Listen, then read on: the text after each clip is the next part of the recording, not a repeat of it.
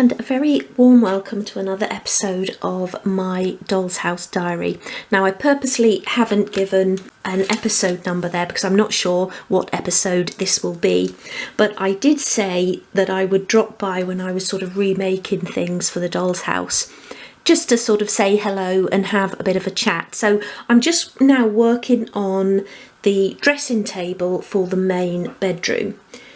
So I've made it a little bit smaller, so I've just sort of rewritten up the cutting list so it will still look more or less the same as the one that you'll find the tutorial for here on the channel, but I've just made the drawers a little bit narrower at each side, and I'm going to have a longer drawer in the centre with a sort of false drawer front, in as much as I'll do a line down the centre to make it look like a sort of double drawer, but it will be sort of one long, thin, narrow drawer. So that's what I'm working on at the moment, and I thought I would just take the time really just to record a little bit more, because I'm always sort of working on things and not recording it, and then I just sort of put a photograph on Instagram or Facebook just to show you what I've done, and I thought, well, I might as well just sort of record it as I'm going along and really sort of keep you up to date with everything that I'm doing. So that's what I'm doing here. Now, I haven't done a sort of filmed introduction, and I won't do an outro either, just really because they do take up quite a bit of time getting all the camera and everything set up in the dining room.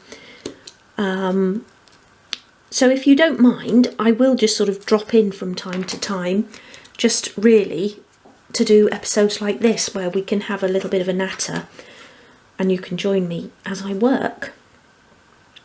Thought that might be quite nice. The other thing I thought I might do differently with this dressing table, well, there's a couple of things actually. So apart from sort of making it slightly different size, so narrower drawers at either side, in the last one I did a leg that ran from top to bottom, and you could sort of see the ridge of the leg on the outside of the side piece. So this time I am just going to stick a leg using a piece of strip wood at the back, which will be the same length as the leg, the sort of pre-turned leg that I'm using for my front leg. I really like these, but if you put a leg like this at the back, then it means the piece of furniture you're putting it on has to sit away from the wall, so you want to have a flat leg at the back. So I'll just use a piece of strip wood for that. And I think the reason why I did it from sort of top to bottom in that other one is just because when I'm sort of showing somebody else how to build a piece of furniture, I like to make sure that it is going to be sturdy. So when it's just for myself, you know, if the leg falls off, I obviously won't be very happy about it, but, you know, it's not as important as if I sort of show you how to make something and then the leg falls off, because then I think you'd be quite cross with me. So I'm doing that. And the other thing I'm actually going to do differently this time is to paint the pieces before I begin construction. Now, I always do that when I'm using wood dye. I'll always apply the wood dye before construction, just because then it cuts down on those, you know, those glue residue marks that you tend to get when you're using wood dye. I'm just actually going to just move my chair back a little bit because I can hear it creaking. One moment. Yeah, sometimes if I'm pushing against the back of my chair, it just sort of creaks the whole time, so I'll sit forwards a little bit while I'm speaking. But if you do hear creaking, it is my chair and not my back or my leg or anything, although they do creak as well. Yeah, so I'm going to paint the pieces before construction, and like I say, I usually do that with wood dye anyway, but I thought I'd do it with paint, and I just think by doing that you can get a better finish, I think, because being able to sort of paint a flat piece and then give it a gentle sand and put another coat on is a lot easier than doing it when it's constructed. So I'm going to do that this time. And normally I'd only do that if say for example I was having a piece that was part painted and part natural wood, and I've done that quite a few times with dresses and things like that. Sometimes the sort of grooved back piece looks really nice in, say, like natural wood or a pine colour, and then you have the pieces that surrounding it painted. That can look really nice. So I'll always do that if I'm painting a piece, but this is going to be all one colour, the top piece as well. So I just thought I'd give it a go and see what sort of finish I can achieve. And certainly if you're, you know, doing a piece where you've got lots of little cubby holes or little shelves, narrow shelves and things like that, it's a really good idea because, you know, it's very difficult to get into little shelves to sand, although you can sort of use emery boards and sanding sticks and things like that. But it's so much easier if you can just sort of sand it before putting it together. So that's worth thinking about. Although I know, you know, time constraints can be an issue. So I'm going to cut these pieces, paint and then construct, and then I'll do the drawers and everything separately. And I will construct the drawers before painting, just because they're made up of so many sort of tiny little pieces. It's just as easy to paint them when they're constructed. And then what I also wanted to get done today is to cut the pieces for the wardrobe that's going in that same room, so in the main bedroom. And I will be doing that as a tutorial, but normally the tutorials start after I've cut the pieces, so I wouldn't record that and then, as you know, because you've watched many of them, I'm sure. You know, I cut the pieces, sand to prepare for painting, and then begin recording the tutorial. But I'll try and get those pieces cut today as well. I'm actually also working on a couple of projects for Patreon at the same time, and yes, a couple of projects for book 6. And I'll tell you now, just because it's just me and you, but I've got 3 projects completed for book 6. And I know that doesn't sound like very good going, just because I did start it a couple of years ago, but I haven't been working on it obviously for all that time. So I sort of took quite a few months off during last year, but it is going to be a goal of mine to either publish it or have it, you know, almost completed by the end of 2024. It'd be nice to try and get it out for Christmas 2024, but please don't hold me to that, because whenever anybody says, you know, on Facebook or something, when's the next book, I feel so anxious, because I think, well, yes, I know people are waiting and I should be doing it, and it does sort of make me get anxious. So that's not a definite date, but that is just my hope really for next year. And the only thing again is, you know, time constraints. It's you know, I do a video for Patreon every 10 days, and it's not just the filming either, it's, you know, the editing and all of that. And I have had offers from, you know, these proper companies actually that edit for you, but I think, well, if it's a tutorial, because I'm talking, I'm doing this completely the wrong way round. I should be doing the longest measurement across there. Yeah, if it's a tutorial, I think, you know, there's so many times that I might glue something together wrong, or I'll change my mind on the measurements halfway through the tutorial and I'll maybe start again. And I think, well, how would somebody editing know that I'd actually done that? I just know because I remember. So I'm always a little bit, you know, reluctant to pass anything off to, you know, a professional editor, because I don't think they'd be able to, well, they probably wouldn't have a clue what was going on. And one tutorial that may, you know, you may see for 45 minutes or an hour, there can be sort of 4 or 5 hours of filming involved in that. And I sort of cut a lot of it down so that the, you know, I'm sure you wouldn't want to have a tutorial that lasted for 6 hours. I'm sure you wouldn't want to listen to me waffling on for 6 hours, but, you know, so it's difficult. So I do have to do all of the editing myself as well. you know, and then it's title photographs and cut-in lists. So one video can take an awful lot of time. So I'm just sort of, well, not making excuses really, because it is the truth, but just telling you, you know, why these things do take so long. And I'm sure, you know, you're the same.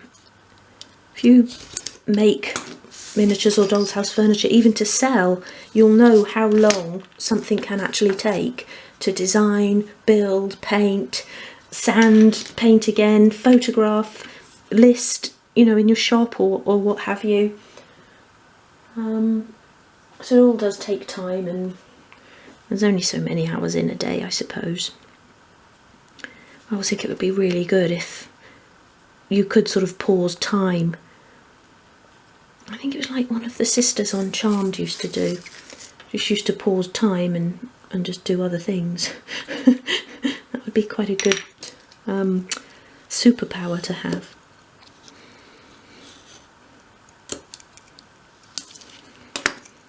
Yeah, so that's actually that central piece.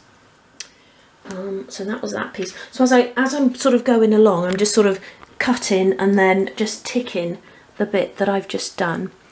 So that was that central back. Central top and bottom now. Yeah, I'm going to construct it in sort of 3 sections and then sort of join them together. So let's do that. But do you know what? I've actually got a cup of tea here, and I've been waffling now for probably about 15 minutes. And I've got this bar as well that I've had my eye on. So I'm going to eat my bar and drink my tea, and then I'll be back.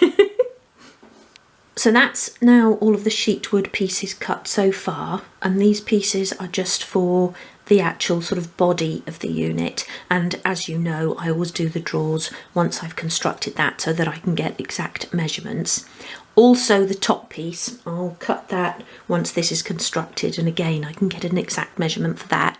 But I'm just now cutting the legs, and I'm using a 3x3 strip wood. And I just wanted to say that when you're cutting the strip wood, sometimes it is better to do it using your mitre block and saw. Even if you have a really good mitre cutter, sometimes it can actually round the ends over. So I like to use my mitre block and saw for the thinner strip wood. And then what I'm also just doing now, because I used this earlier and it was dragging a bit, is just using a wax candle just along the edge of the blade. And this just helps it glide along more smoothly. So sometimes you think that your blade is catching and that's because it's blunt, but actually it is just because it needs a bit of wax on it. You know, it can just sort of get stuck there in your cutter. So it may very well be going blunt, but this really does help it to continue cutting nice and sharply. So I've got that propped up on an eraser, and I know that it's designed to go over the edge of the desk, but I just do it this way because obviously then I can get it on camera a bit more easily. And see how nicely that glides along in there then, and cuts so much more smoothly. And that's that one. Put that back in the drawer. Keep all of the little offcuts. You never know, you know, when even a tiny little bit might come in handy for something. A little drawer stop or a miniature or something. Don't want to waste anything. Put that bit in there as well. Put the drawer away. That go-ahead bar was quite nice, by the way. Sort of like an apple flavour. And then when you've cut those legs, if you've got any of those, that little fluffy end there, if you've got anything like that, cut it off with your knife rather than sanding it.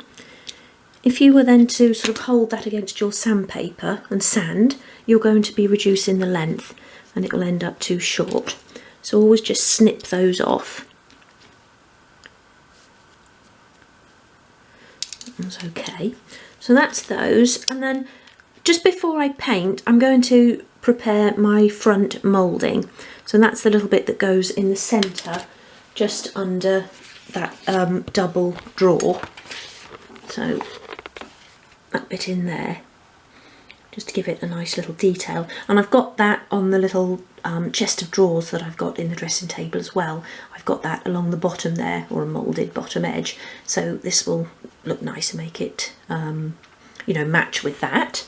Always nice to have, even if the pieces of furniture aren't exactly the same, it's always nice to have a feature that matches, because then it ties it all together. You know, and I'm sure in your own home you've sort of bought pieces of furniture at different times. You know, they might be a similar colour or something, but you don't always buy, you know, matching sets of furniture. That's what I'm trying to say. But it's just nice to sort of tie it together. So I'm just drawing around the moulding to get a size for the little template, and then I'll make a nice little shape in there.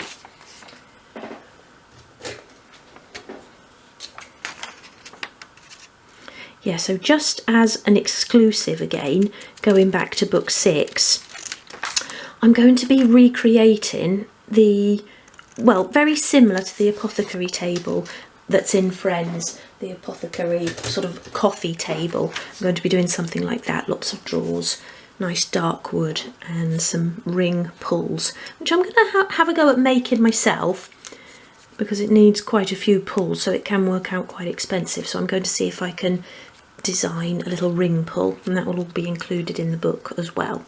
So that's just a little exclusive there. And I'm saying that because I'm going to start working on that. Well, I'm saying this afternoon, it's nearly 4:30 now. So I'm just getting a little bit of a shape into the moulding. So there's my design there. And I always like to bring it down again at the other side, rather than just sort of going into a point into that corner. I just think it looks more attractive, and I also think it looks nicer if you come down in the centre like that. So if you have your dip in the centre, rather than going up in the centre there, because it can look rather like either a pair of lips or maybe, being rude, a bottom. So I think it's nice to come down in the centre like that. It's just more pleasing to the eye. And I always say it with these mouldings, you know, you can be quite elaborate with them, you know, depending on the sort of style of piece of furniture you're making. But then remember that you have to cut them out. I know a lot of people use their, I can't remember the name of the saw now. Is it a little tenon? Is it a tenon saw? I can't remember. Probably saying that wrong. But you know, you can use a little saw that you sort of unattach the blade. It's got a little thin blade on it, and then you support the piece in a vise and do it that way. I've never actually tried it that way myself, but just because I find this, you know, a fairly easy way of doing it. But that is another way, if that's a, you know, something you'd like to have a go at. Certainly something I'd like to try. So I'm just copying my template there onto the piece of wood. Looks a little bit like a bat logo at the moment, but I will just round that central bit off a little bit as I do it. Put that in the book there. And then I'm just grabbing the scribe. Always like to just trace that into the wood first using the scribe. Just small little sort of sweeps like that.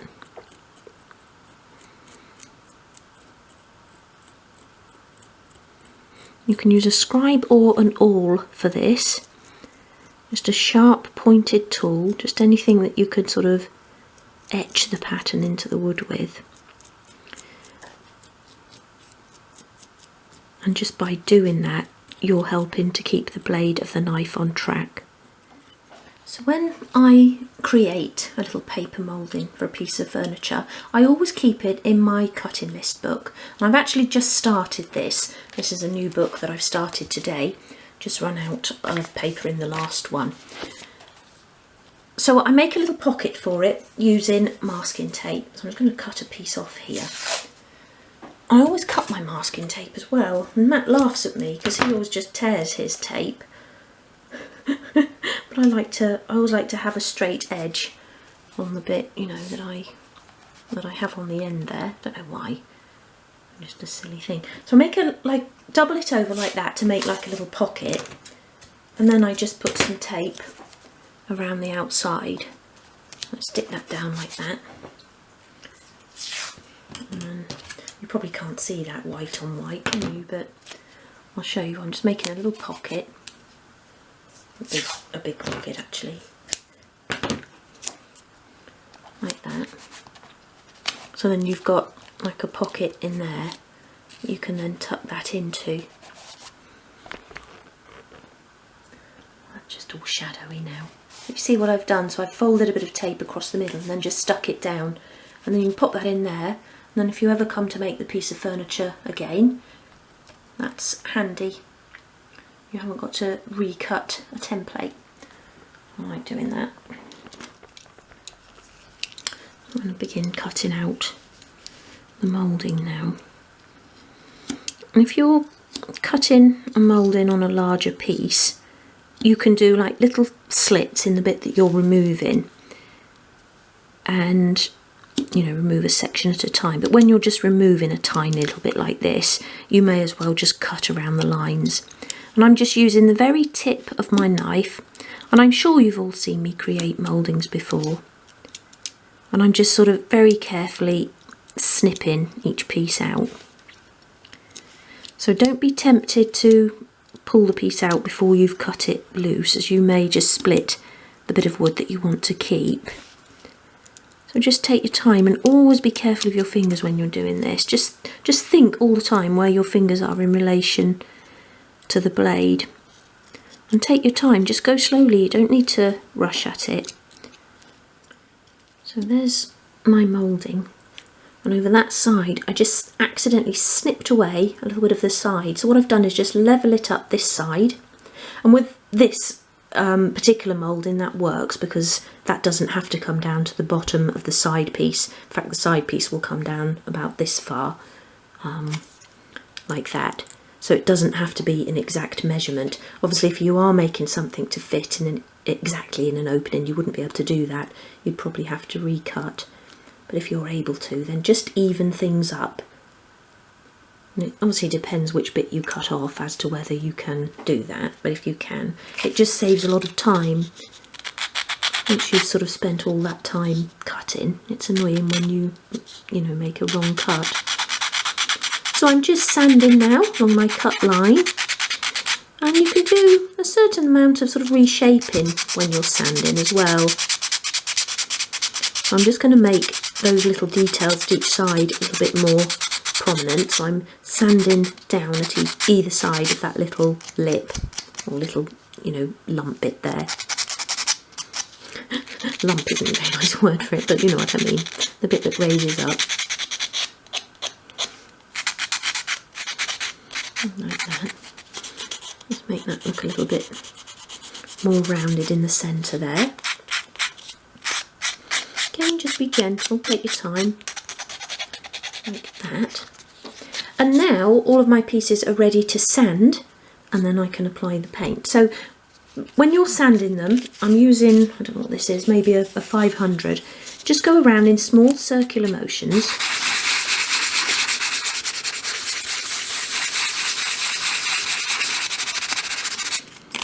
And do that on both sides of each piece. And what this actually does then obviously is smooth off the surface of the piece, and you'll get a much better finish, but also it will remove any pencil marks from your sort of marking up.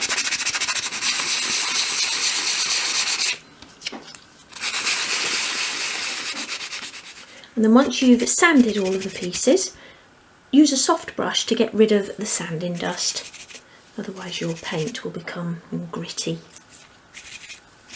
I always give my worktop a clean as well after I've been sanding a lot of pieces, otherwise you might pick that up in your paint.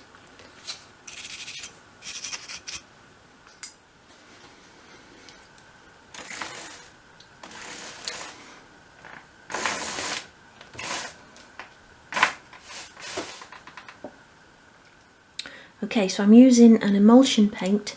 This is just ivory. A little bit watery when I squirted it into the pot, Comes in this sort of little roller tester pot. Obviously you need to dispense it into another one. So it's watery, and I've given it a stir, and the consistency actually seems okay. So I'll give it a go, but as this is just sort of a base coat, or the first coat, if I need to I can pop out and get some more, and then do obviously the second coat with a new pot. Okay, so I'm not going to put any gloves on, and if I was using wood dye I would. When I'm just using this sort of water-based paint, I'm quite happy just to get it on my fingers, I don't mind. I only want to apply a really light coat as well.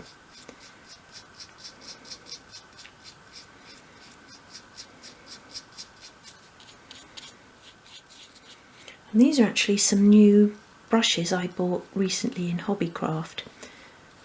And I think it was a pack of, I don't know, 10 brushes I think, just for a couple of pounds. So they're not expensive ones at all, but they are actually proving to be quite good.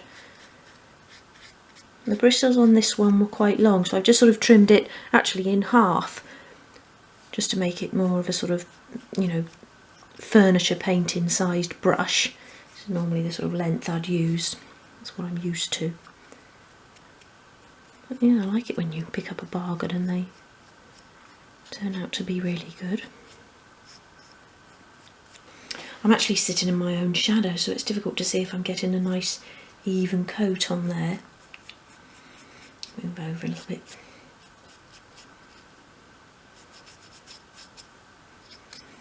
I like to get along the edges as well, so there's no natural wood showing through. And I'm actually going to try and keep these pieces in order if I can.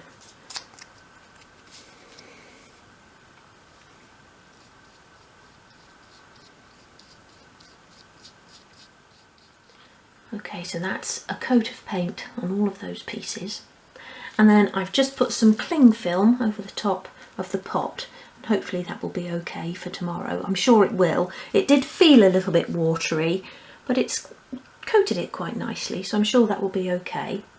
So I'm just now going to make a list of what I need to do tomorrow. It's 25 to 6 now, so not time to cut the pieces for the wardrobe. So I'll do those in the morning, but also get this finished off in the morning. I've got a project for Patron that I need to record, and I need to work on the next book project, so I'll design and hopefully get the pieces cut for the apothecary table. And that was the other thing I just wanted to say. I've got this lovely fabric here, and let me just see if the camera will sort of focus in on that. Get out of the shadow there. It's a really tiny herringbone fabric in a lovely sort of beige colour. And I want this for the two-seater sofa that I want to remake for the living room in my doll's house. Remember, I'm going to be having that lovely sort of log cabin-y type feel. But this is all I've got. So this strip. And I've never actually, you know, I don't keep a track of how much fabric projects take. I probably should. If I just sort of measured what I've got before I start and then see what I'm left with, that would probably be a good way of tracking how much fabric each project uses. But I haven't done that, so I'm not sure if that will be enough. And the awful thing would be to sort of build the sofa and get halfway through and then not have enough for one of the cushions or something. So I did actually take a macro photograph of this afternoon, and I've messaged the Doll's House draper, because I got this from Little Trimmings, and they're no longer around, but they were bought out by the Doll's House draper. So if ever there was anything you got from Little Trimmings that you're having trouble finding, just get in touch with them.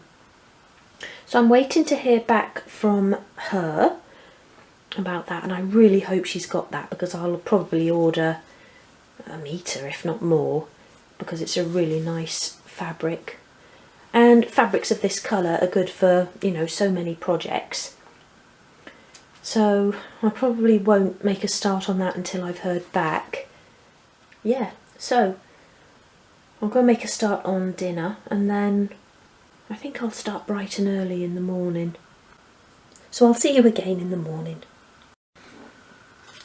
So I'm just starting now to sand the pieces. The paint is now completely dry. That's been drying overnight. And I was a little bit worried because it was watery, but it has actually given quite a nice finish. And I'm just using a 500 grade sandpaper here, which is the one that I always use for sort of sanding in between coats.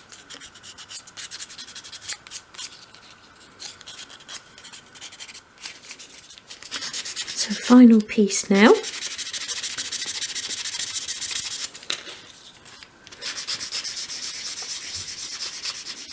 Okay, so again, make sure you use a soft brush to remove your sanding dust, or remove the paint dust, sorry. Otherwise, any sort of dust along the edges will prevent your glue from sticking effectively.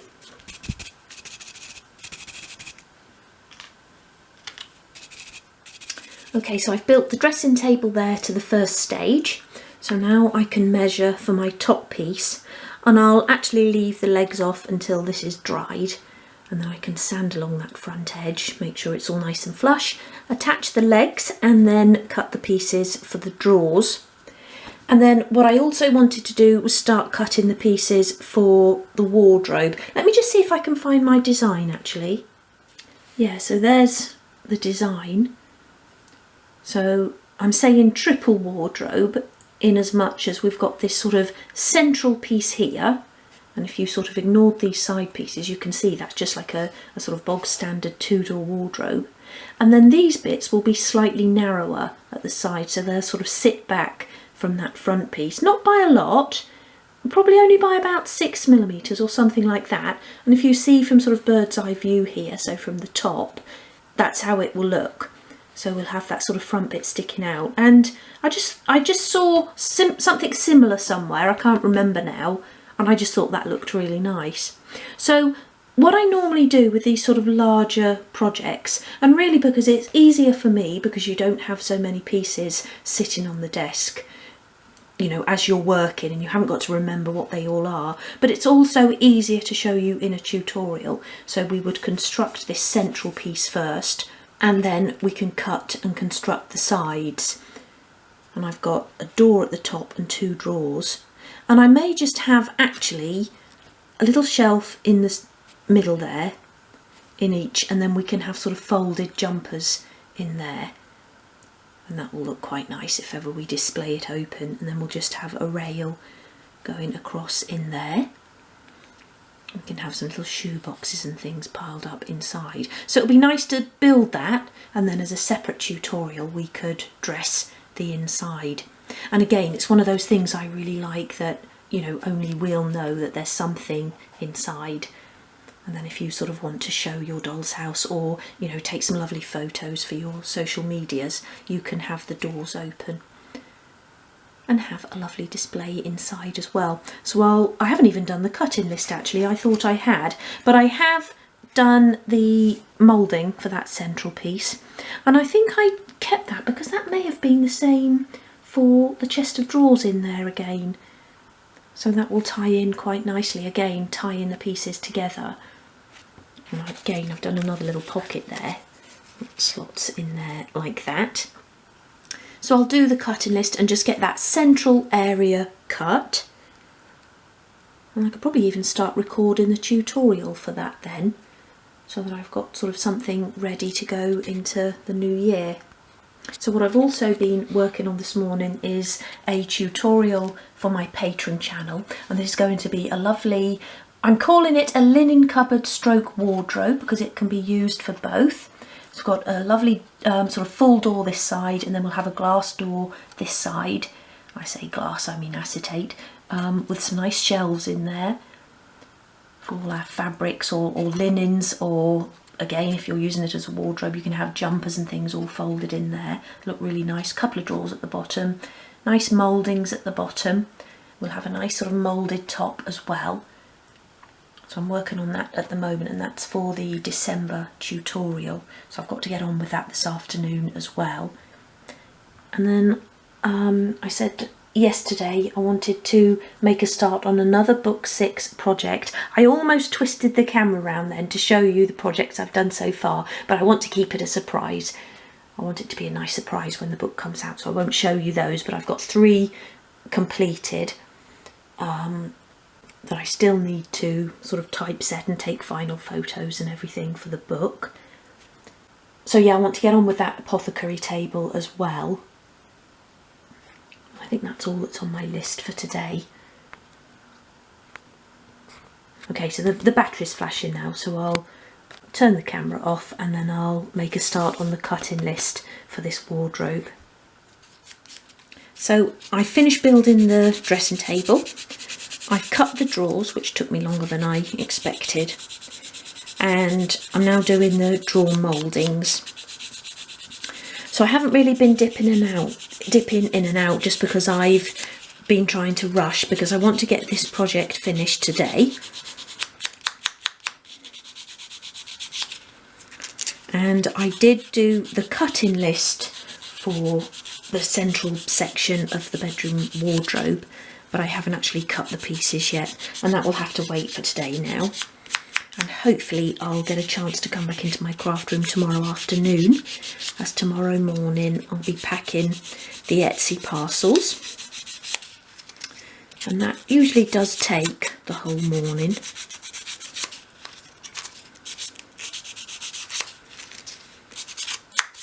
And then we'll be walking Woody.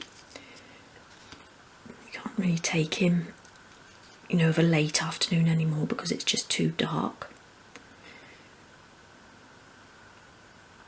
And he has got a flashy collar, but it's not very nice just walking around a damp field in the dark. So we sort of take him when it's lighter. I think it's nicer for all of us then, I think. So that will be about an hour, so hopefully I'll get back in here tomorrow afternoon. And I'll try and get a bit of editing done this evening as well. So whilst those drawer mouldings are drying into place, I just then want to show you the cut-in list for the central section of the wardrobe. And I've just added some door mouldings there, and they'll be curved at sort of the opposite corners. I think that might make it look quite nice. Oh, lots of shadows in there now.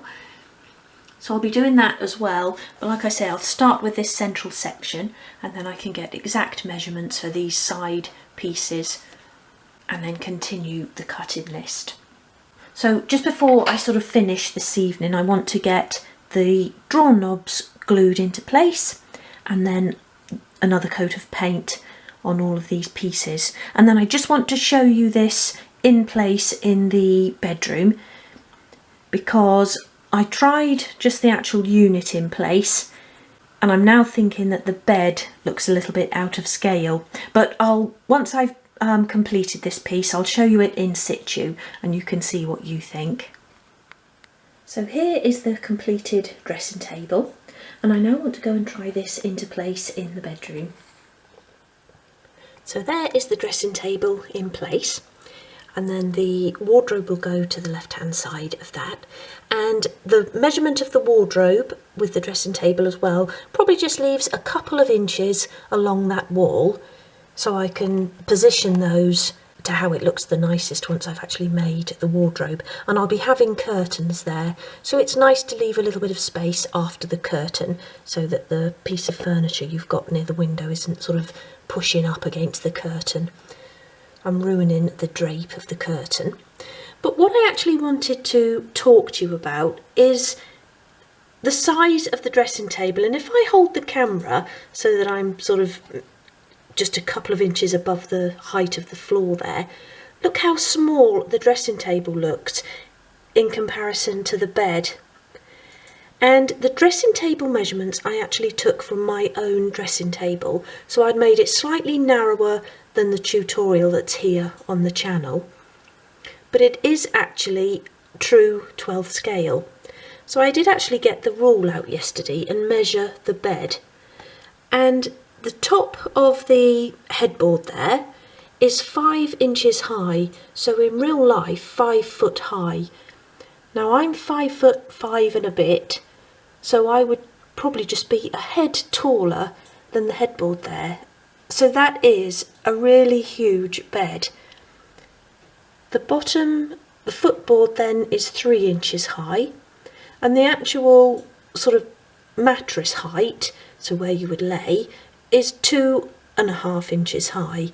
And again, in real life, 2.5 foot high. Now I didn't actually measure my full-size bed yesterday to see how high that should be, but that does seem quite high, doesn't it? Actually, what I'll do is I'm going to go and measure that now. Okay, so a bed in real life then, or our bed anyway, is 2 foot 2 inches high. So that would be about 54 millimetres, whereas at 2.5 inches high, this is closer to 62 millimetres. So it is a little bit high there as well. So what I am actually going to do is make another bed. And I'm going to make the bed out of my book, Making Doll's House Furniture in 1/12 scale. So that's this bed with this lovely sort of detailing on the headboard and footboard. So I'll be remaking that, but I can actually use the bedding that I've already got on there if I just very carefully remove the mattress with the bedding, which is actually glued into place. And the pillows and cushions and the throw on the bed in the bedroom is actually loose, so I can just put all that back on. So that will be another job for me to do in there.